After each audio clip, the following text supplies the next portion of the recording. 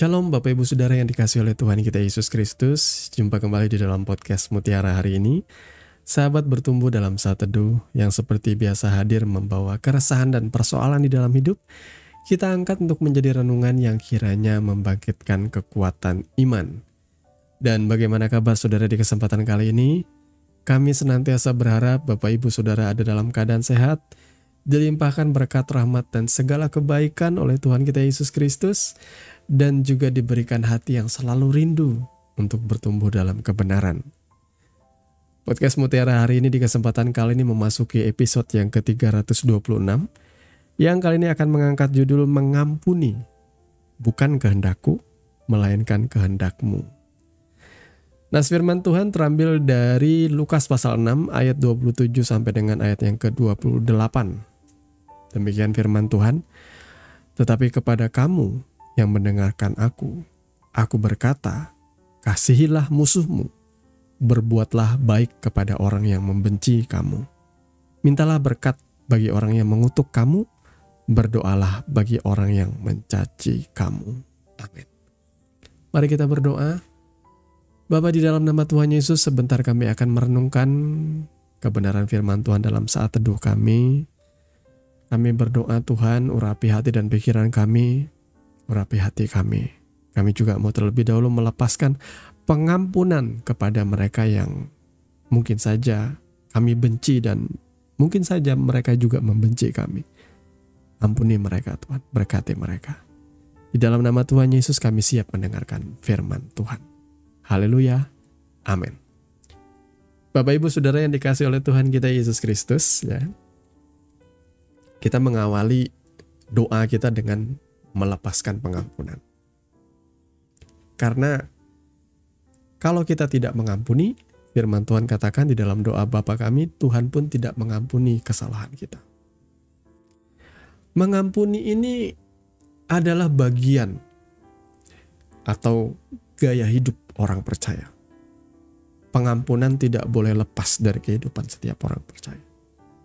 Bahkan gak cuma sampai pengampunan, tapi melepaskan berkat, meminta berkat, berdoa bagi orang yang mencaci maki kita, yang menginginkan yang tidak baik dengan kita. Bukankah dalam hidup ini kita sering mengalami hal-hal yang seperti itu? Tidak semua orang punya privilege lahir di tengah-tengah keluarga yang mungkin sedikit masalah gitu ya. Memang ada tagline yang berkata, hidup di dunia ini pasti ada masalah. Biarpun orang kaya, biarpun anak cucu 9 naga pun punya masalah. Tapi setidaknya masalah mereka lebih sedikit ya, ketimbang kebanyakan orang yang dibesarkan dari keluarga yang pas-pasan atau yang cenderung miskin. Tentu kita akan banyak berhadapan dengan yang namanya pergumulan hidup.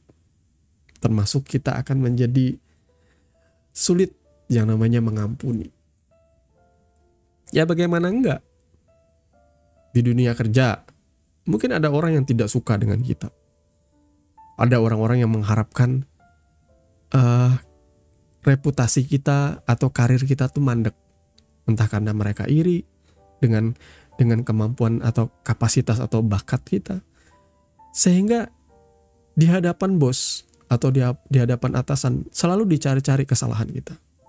Selalu dipermasalahkan. Mungkin ada yang menekan. Mungkin ada yang membuli. Itu bisa kita kategorikan sebagai musuh, bukan? Orang-orang yang tidak suka dengan kita, orang-orang yang tidak suka dengan karir kita. Bagaimana dengan di sekolah? Ada juga musuh kita. Mungkin saudara ada di antara saudara anak-anak yang terlahir biasa-biasa aja, bukan anak orang kaya. Kadang saudara yang miskin pun bisa dibully di sekolah. Wah, itu kayak di film sih ya. Entah dalam kehidupan nyata. Saya juga bukan orang-orang kaya, tapi saya nggak pernah ngalamin pembulian saudara ya. Tapi memang kita wajar sih ya. Memang ada kata orang tuh, istilah orang zaman sekarang tuh, ada orang dengan muka tampolan gitu ya. Muka tampolan tuh artinya kalau ngelihat mukanya kesel aja, pengen nampol rasanya, pengen mukul. Muka-muka anak bulian kayak gitu ada seperti itu sih. Kita harus bisa memaklumi ya, ada yang seperti itu. Walaupun saya nggak membenarkan pembulian, saya juga tidak pernah terlibat atau masuk dalam geng pembuli, memang nggak pernah saya saudara ya. Tapi ada orang-orang yang mengalami seperti itu. Sedikit cantik, sedikit ganteng, ada yang iri. Ada yang akhirnya mengintimidasi. Ada akhirnya membenci kita, menyebarkan gosip yang tidak enak. Oh, tahu nggak, dia tuh cantik-cantik simpanan om-om loh. Dia tuh sugar baby loh. Waduh, saudara ya. Ini masalah. Bagi kita mungkin ya santai-santai aja karena kita sudah dewasa. Karena kita sudah tua ya, masa bodoh orang ngomongin apa. Kalau kenyataannya nggak kayak gitu. Tapi anak-anak kita, cucu mungkin juga yang masih emosinya labil, yang masih mudah banget galau, ya sedikit di trigger kayak gitu, dipancing yang masalah-masalah kayak gitu, mereka ego mereka naik, marah. Mereka menganggap bahwa itu masalah. Itu masalah tentunya. Tapi kita harus tetap mengajarkan, dan kita juga harus tetap belajar yang namanya mengampuni. Di kantor kalau ada yang gak suka sama kita, berusaha menjelek-jelekan kita atau mencari keburukan kita, menyebarkan fitnah atau gosip yang tidak baik tentang kita, ya bagian kita berserah kepada Tuhan. Ya, kita memang punya hak untuk membela diri. Tapi kalau ditanya aja saudara ya, gak usah kita lalu khawatir, lalu kita membela-bela diri kita sendiri, gak usah.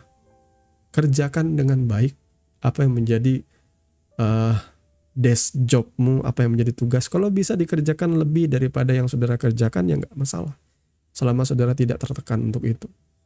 Lakukan dengan sukacita, seperti untuk Tuhan. Berdoa bagi mereka yang engkau tahu tidak menyukai engkau. Mereka musuhmu, iya. Tapi engkau tidak memusuhi mereka. Kenapa? Karena engkau mengasihi mereka. Dengan cara apa? Berdoa. Meminta berkat dari Tuhan buat orang-orang yang tidak menyukai saudara. Lah itu adalah panggilan kita memang. Kita dipanggil untuk menjadi umat yang mengampuni. Silahkan kalau ada yang membuli kita. Stefanus di hadapan Rasul Paulus. Bahwa yang waktu itu masih belum Rasul Paulus, masih Saulus, pembenci jemaat. Ya, di hadapan Paulus, Stefanus menengadah ke surga, memandang Tuhan Yesus. Dan ia tidak mengeluarkan kata-kata caci maki, tidak memerintahkan surga untuk menghukum Paulus, enggak. Dia menyerahkan nyawanya. Dan saya percaya dia mengampuni. Yesus juga. Orang menangkap dia, meludah dia, menganiaya dia, mencaci maki dia, mencari saksi palsu, mencari-cari kesalahan di atas kayu salib. Yesus menengadah kepada Bapa. Gambaran anak manusia yang mati di atas kayu salib. Bahwa ampunilah mereka, sebab mereka tidak tahu apa yang mereka perbuat. Itu pengampunan, itu panggilan kita, saudaraku. Kita dipanggil untuk mengampuni. Nah, masalahnya sekarang musuh kita juga kadang-kadang bukan cuma orang-orang di luar sana. Kadang-kadang circle terdalam itu bisa jadi musuh kita. Ya banyaklah dalam kehidupan nyata sehari-hari. Kakak adik bersaudara musuhan. Gara-gara apa? Warisan. Karena orang tuanya punya banyak tanah dan merasa pembagiannya tidak adil. Lalu ipar-ipar ikut mempengaruhi, akhirnya ribut. Rebutan harta gono gini. Padahal papa mamanya belum meninggal. Tapi ribut pembagian tanah. Sampai orang tuanya meninggal, tambah ribut. Sampai ke pengadilan, saling lapor, saling gugat-menggugat. Nah itu kan serem saudara ya. Tapi memang kita harus akui, banyak kesalahan kita itu terjadi karena pilihan kita di masa lalu. Pilihan dan keputusan kita di masa yang lalu. Ya, itu mempengaruhi hari ini. Apa yang terjadi hari ini itu adalah akibat dari apa yang kau lakukan dulu. Jadi jangan pernah remehkan ketika saudara menjadi orang yang sungguh-sungguh dalam Tuhan. Ketika saudara menikah dengan orang yang seiman, sekalipun mungkin saudara harus berjuang dalam rumah tangga. Ketika saudara sama-sama cinta Tuhan, walaupun tidak begitu signifikan kelihatan hasil rumah tanggamu tuh nggak langsung wow bisa beli sesuatu yang mewah, bisa punya jabatan yang sangat mentereng, enggak. Tapi engkau membangun pelan-pelan kehidupan bersama Tuhan. Ada orang yang sembarangan pilih pasangan hidup. Ada orang yang menikah tanpa punya standar yang benar sesuai firman Tuhan. Akhirnya menikah sembarangan atau pergaulan bebas. Tiba-tiba hamil sebelum menikah dan akhirnya menikah karena kecelakaan. married by accident. Dan setelah menikah, rumah tangganya seperti neraka. Kenapa? Karena ternyata mereka cuma pengen pacaran seru-seruan, asik-asikan, berhubungan seksual sebelum menikah. Tapi ketika diperadakan rumah tangga, nggak siap. Akhirnya ribut terus, berantem terus, kelahi terus. Rumah panas seperti kebun binatang, caci maki, hujat, lempar-lempar piring dan segala macam dihancur-hancurin. Ya karena keputusan saudara menikah itu karena keputusan yang salah, pilihan yang salah. Firman Tuhan sulit berlaku dalam hal ini. Menikah sekali seumur hidup, tidak boleh bercerai.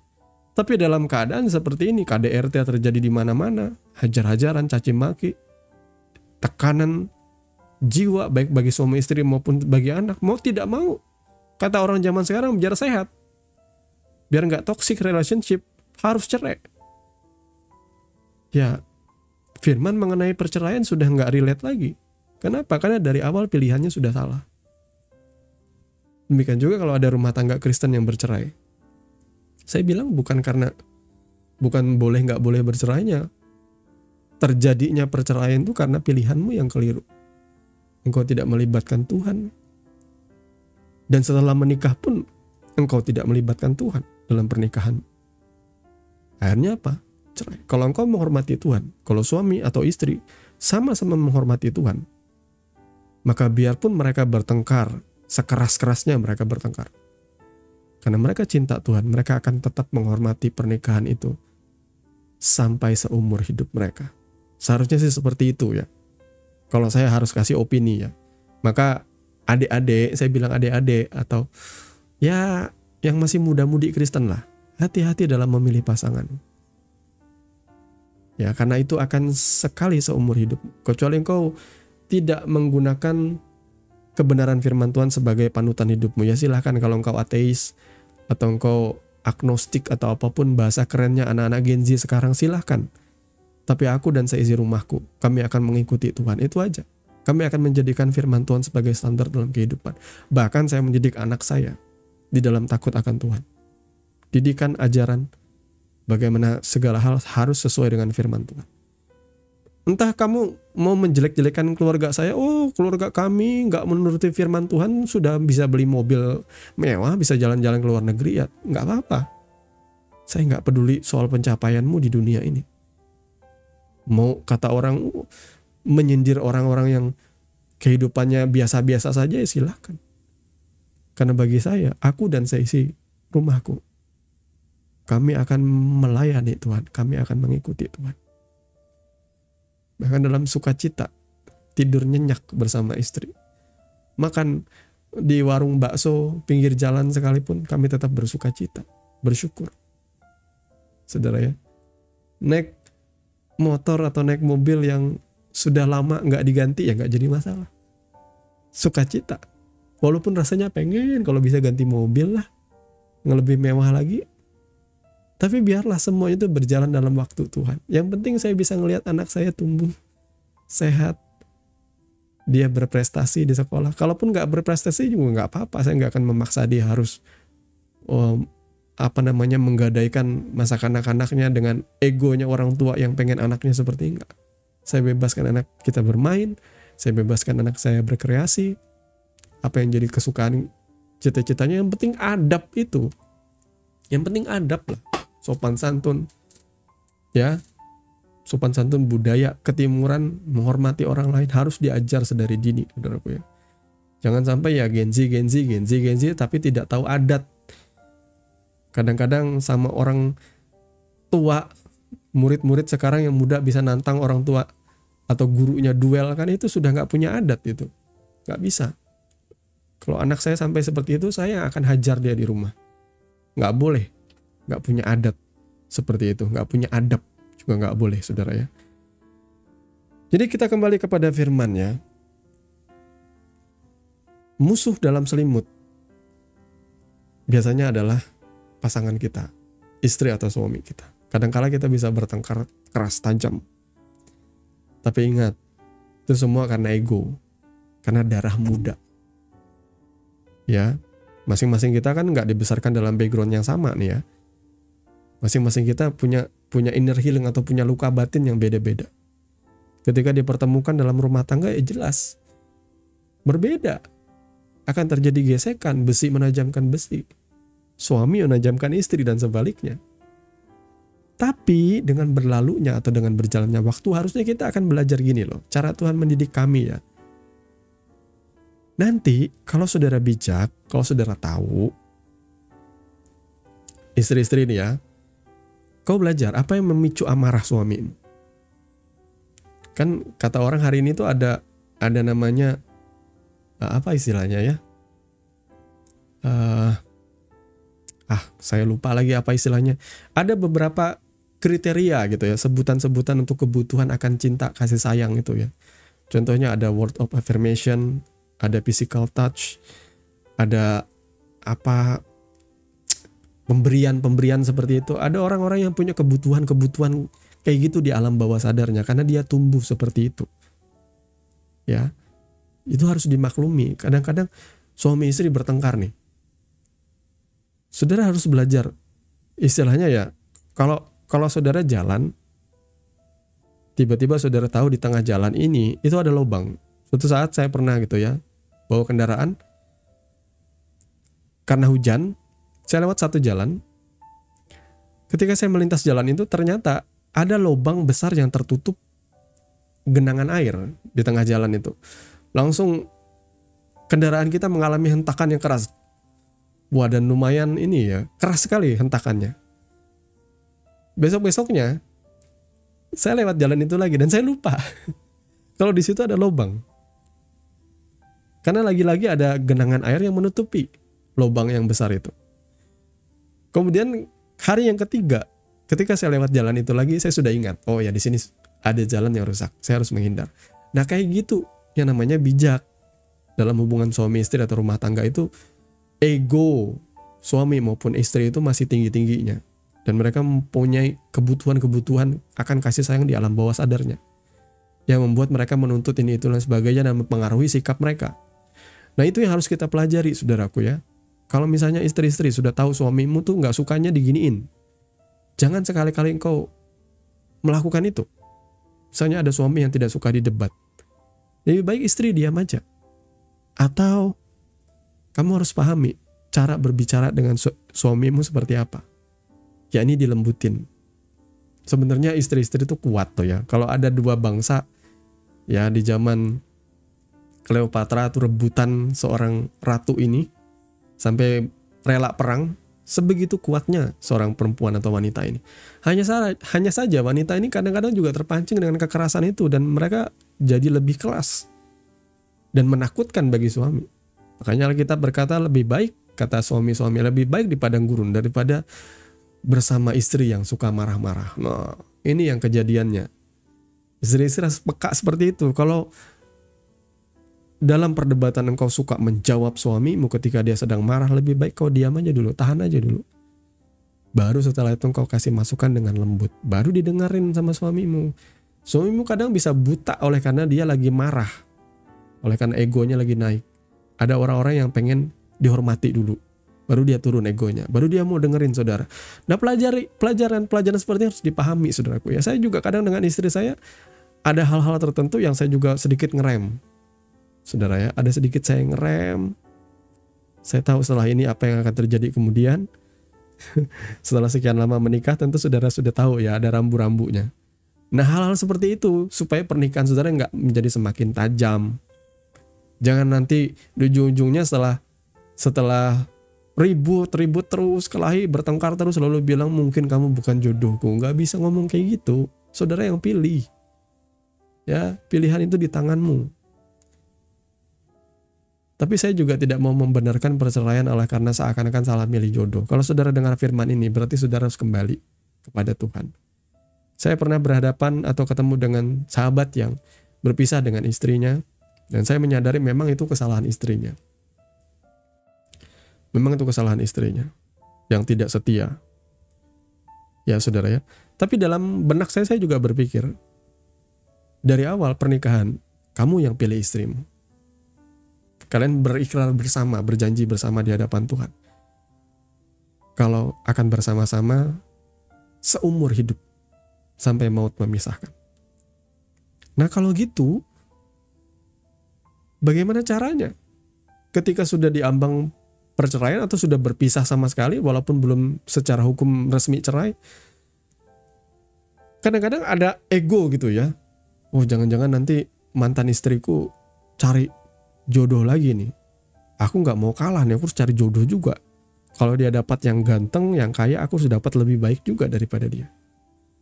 Sebenarnya kalau saya mau kasih tahu saudaraku, disinilah yang sulit ya. Yang sulit itu di sini. Saya ada kasih nasihat kepada sahabat saya ini. Aku yakin doa yang terbaik yang Tuhan restui, yang surga restui adalah engkau kembali kepada istrimu. Saya bilang seperti itu. Istrimu baik, istrimu cantik, istrimu disayangi oleh anak. Adalah lebih baik kalau engkau mendoakan dia kembali saja. Dan kalau dia kembali dan Tuhan berikan dia kesempatan kembali, ampuni dia. Berbaikan dengan dia. Itu yang terbaik. Nah saudaraku, sulit memang kalau kita dalam posisi itu ya. Saya bisa memberikan nasihat ya, saya tahu. Tetapi sekali lagi, ini bukan pilihan sebenarnya. Sama seperti Yesus di Taman Getsemani, dia berkata, kalau sekiranya bisa, biarlah cawan ini berlalu. Tapi bukanlah kehendakku, melainkan kehendakmu yang jadi. Walaupun kita tuh ada pilihan, tetapi sebenarnya pilihan kita tuh cuma satu, melakukan kehendak Bapa, melakukan kehendak Tuhan. Ya, contoh sederhana dalam kehidupan kita sehari-hari. Saya ini sudah umur 44 ya, mau 45 sudah. Jadi dalam kehidupan sehari-hari,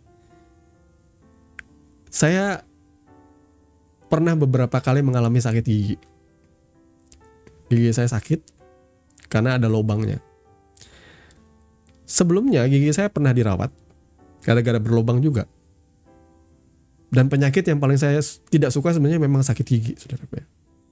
Kalau lebih baik mana sakit hati atau sakit gigi, seperti lagu dangdut itu saya lebih memilih sakit hati aja. Karena bisa disembuhin. Kalau sakit gigi itu bisa disembuhkan juga, tapi prosesnya sakit. Datang ke dokter gigi, kita rawat ya Pak. Oke, kita rawat. Dan setiap kali dirawat itu dibor gigi saya, saudara. Ngilunya minta ampun, apalagi dimatikan sarafnya.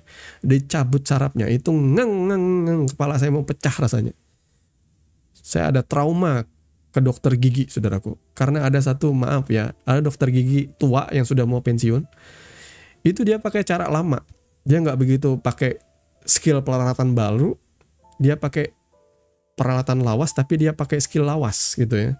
Ketika dia cabut saraf saya langsung mau pecah saya, sampai nangis saya, saudara. Air mata saya keluar. Saking ngilunya minta ampun. Makanya beberapa bulan terakhir kemarin saya ada ke dokter gigi lagi. Berobat gigi, situ saya trauma. Dalam hati saya, aduh, saya malas ke dokter gigi nih. Kalau bisa ya Tuhan, biarlah saya minum obat dan sembuh saja. Tapi inilah firman-Nya berkata, bukan kehendakmu, tetapi kehendak Tuhan yang jadi. Kalau mau sembuh, kehendak dokter yang jadi maksud saya. Kalau mau sembuh ya harus dirawat giginya. Maksudnya kata dokter ya harus dibor, terus sarafnya dimatikan. Setelah dimatikan sarafnya dicabut, saudaraku, baru bisa ditambal secara permanen. Supaya tidak ada ngilu-ngilu lagi sama sekali. Dan saya harus melalui itu. Bukan kehendakku. Kalau kehendakku minum obat beres. Tapi kehendak dokternya ialah giginya dirawat. Melalui prosedur-prosedur yang memang harus melalui itu. Sakit, penderitaan yang tetapi ujungnya ya sembuh, saudara. Nah kayak gitu juga. Bukan kehendak kita sih mengampuni itu. Itu kehendak Tuhan. Tetapi bukti bahwa kita pengikut Kristus yang sejati ialah pengampunan ini tadi. Mendoakan, saya kasih nasihat sama teman saya, kalau bisa bro, kamu ajak anakmu, karena dia istilahnya punya hak asuh anak seperti itu ya. Ya karena istrinya meninggalkan dia, saya bilang kamu sama anak berdoa. Saya bilang berdoa karena anakmu ini masih butuh kasih sayang seorang ibu. Tentu kelihatannya dia anteng Kelihatannya dia santuy, tapi dalam jiwanya dia hancur, saya bilang. Coba kamu ajak anakmu berdoa. Setidaknya di hadapan anakmu, engkau dipandang sebagai bapak yang penuh kasih, yang penuh pengampunan. Anakmu akan meneladani itu. Saya bilang seperti itu. Tapi dia bilang, sulit bro. Sulit. Sudah terlanjur terluka. Aku lebih baik cari istri baru saja lagi. Nah, saudaraku ya. Saya nggak tahu endingnya seperti apa karena ya masih panjang ceritanya. Tapi saya mau kasih tahu kepada saudara, ketika saudara mengampuni memang tidak semudah yang kita lakukan. Tapi ketika kita memilih untuk mengampuni, maka surga berpihak kepada kita. Saya bilang doa-doamu itu didengar oleh Tuhan karena sesuai kehendaknya. Suami istri bukankah sekali seumur hidup berdoa kepada Tuhan selama dia masih belum menikah ya, menikah lagi seperti itu. Doakan, serahkan kepada Tuhan supaya istri bisa kembali atau suami bisa kembali, bisa bertobat. Karena di dalam pelayanan saya pernah lihat seperti itu kejadiannya, saudara ya. Ada seorang teman saya, lagi-lagi seorang laki-laki, ketika menikah, dia menikah karena kecelakaan. Kemudian setelah itu entah kenapa, karena dia masih labil, masih muda, begitu muda dia lari, dia tinggalkan istri dan anaknya. Dia lari, dia meninggalkan istri dan anak, tidak mau bertanggung jawab. Kemudian teman saya ini ketemu dengan kami di dalam sebuah pelayanan. Kemudian dia ikut melayani, dia menjadi worship leader, dia menjadi pemain musik, dan tidak ada yang tahu kalau dia pernah menikah. Tapi waktu berjalan, lama-kelamaan karena dia dipercayakan pelayanan, melayani, akhirnya dia dipercayakan menjadi seorang pemimpin satu pelayanan. Baru setelah itu dia membuka fakta bahwa dirinya itu sudah menikah dan meninggalkan anak istrinya. Dan saat ini saya punya kerinduan, saya mau kembali kepada istri dan anak saya. Akhirnya betul-betul dia wujudkan. Dia kembali kepada istri dan anaknya. Dan tadinya anaknya satu, ketika mereka rujuk kembali, sekarang anaknya kalau tidak salah 3 apa 4 gitu ya. Bersama dengan istri masa mudanya itu. Saudaraku, pengampunan itu memang ada prosesnya nanti. Kalau saudara berdoa, memberkati, yang penting saudaranya pulih dulu lah. Memang sulit ya kalau hati kita nggak pulih, dipenuhi amarah, kebencian, memang sulit. Tapi kalau hati kita dipenuhi kasih Kristus dan kita memandang anak kita, anakku ini butuh kasih sayang dan yang terbaik itu dari mama, darah dan dagingnya, maka berdoalah. Ada sukacita yang besar saat memang ya papa atau mamanya yang betul-betul ya. Ini kalau misalnya yang bukan yang psycho, saudara ya. Lain cerita kalau yang KDRT. Kalau yang KDRT yang sifatnya psycho, bisa menganiaya, bahkan mau membunuh anak, tuh lain cerita.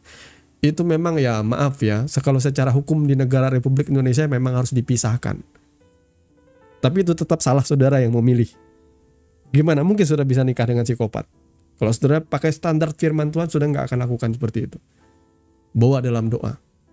Saya banyak juga mengalami ya. Kenapa saya tuh kalau pacaran sama ini nggak pernah jadi jodoh, nggak pernah akhirnya jadi istri, akhirnya saya menikah agak tuaan, saudara. Tapi yang daripada Tuhan itu memang yang terbaik.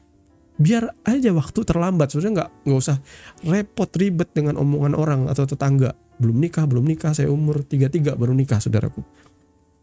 Agak terlambat. Tapi ya yang terlambat tetap yang terbaik daripada Tuhan, saudara ya.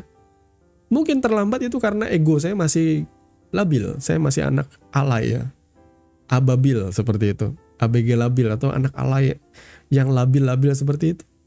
Mungkin saja baru di umur 33 saya cukup matang untuk menjadi seorang ayah. Mungkin saja seperti itu. Jadi Bapak Ibu Saudara yang dikasih oleh Tuhan kita Yesus Kristus dan muda-mudi dimanapun saudara berada, pengampunan itu yang terbaik. Ketika engkau masuk ke gereja, engkau bukankah diajar setiap kali selesai doa syafaat, menaikkan doa Bapa kami bersama-sama, di dalamnya ada kata-kata ampunilah mereka, seperti kami juga mengampuni.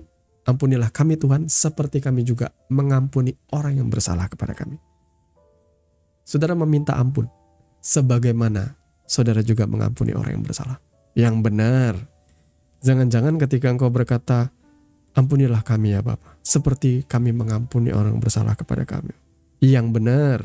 Kenyataannya saudara masih membenci itu, kenyataannya saudara masih memendam amarah, dendam tuh. Iya. Pengampunan itu karakteristik ilahi yang akan terbentuk di dalam setiap anak-anak Tuhan. Ia akan menjadi pribadi yang mudah memaafkan, mudah mengampuni. Itu berarti saudara dalam track yang benar. Jadi Bapak Ibu Saudara yang dikasih oleh Tuhan kita Yesus Kristus, biarlah kebenaran firman Tuhan ini menjadi renungan pribadi. Bukan untuk menyerang siapapun. Bukan untuk saudara ngefek, sengaja menggunakan kebenaran ini untuk menyerang seseorang atau menyindir seseorang, tidak. Tetapi biarlah ini menjadi perenungan pribadi. Ketika kau merenungkan secara pribadi, engkau akan bertobat secara pribadi dan berdoa. Itu dulu, melepaskan pengampunan, melepaskan berkat Tuhan. Memohon Tuhan mengampuni dan memberkati musuh-musuh. Baru engkau akan mengalami yang namanya rekonsiliasi atau pemulihan yang Tuhan kerjakan. Ya saudaraku, pengampunan yang sejati. Pengampunan yang sejati. Kalau ada tetanggamu ribut, yang tidak tahu diri, nyetel musik malam-malam mengganggu orang tidur. Kadang-kadang kita berdoa, Tuhan ampuni mereka. Saya juga kadang berdoa seperti itu tuh. Ya tetangga ribut sampai hampir tengah malam, saya berdoa, Tuhan sadarkan mereka, ampuni mereka Tuhan. Tapi dalam hati saya, mudah-mudahan itu speakernya disambar petir terus ke rumahnya kebakaran. Terus hancur rumahnya, saya bilang dalam hati saya. Sejujurnya sulit untuk melepaskan berkat pengampunan itu. Tapi ada masanya. Ketika saya sudah enek dengar tetangga ribut-ribut, saya berdoa, dan kali ini hati saya berbeda. Saya betul-betul melepaskan pengampunan. Ampuni mereka, sadarkan mereka Tuhan. Aku belajar mengasihi mereka walaupun aku tidak bisa secara darah dan daging, tetapi karena ini kehendak-Mu aku mengampuni mereka. Aku berdoa supaya mereka diubahkan hatinya, supaya mereka bertobat. Itu aja doa saya. Dan sekarang puji Tuhan, sudah gak begitu ada lagi ribut. Kalaupun mereka ribut, ya hati saya sudah tidak sedendam dulu saudara ya. Kalau dulu mumet saya kok. Lebih-lebih pemasukan sedikit nih, orang ribut lagi jam orang tidur, siapa nggak emosi saudara ya. Mari kita belajar mengampuni, karena itu adalah pribadi ilahi. Tuhan kiranya memberkati kebenaran firman-Nya, dan mari kita berdoa. Bapa, di dalam nama Tuhan Yesus, terima kasih karena Engkau mendidik mengajar kami. Karena Engkau memperlengkapi kami dengan kebenaran. Biarlah kebenaran itu boleh menjadi darah dan daging kami, boleh menjadi karakter kami, boleh menjadi gaya hidup kami Tuhan. Di mana kami menjadi pribadi-pribadi yang tidak akan tenang kalau kami belum mengampuni, belum memaafkan. Karena kami percaya kami diampuni oleh Tuhan terlebih dahulu. Terima kasih Bapa. Kami mengucap syukur untuk firman-Mu. Dalam nama Tuhan Yesus kami berdoa. Amin. Saudaraku yang dikasihi Tuhan, saudara sudah mendengarkan kebenaran firman yang kiranya boleh menjadi dasar dan kekuatan di dalam setiap kehidupan saudara. Sampai bertemu lagi di podcast Renungan Firman Mutiara hari ini yang berikutnya. Kasih karunia menyertai saudara sekalian. Shalom.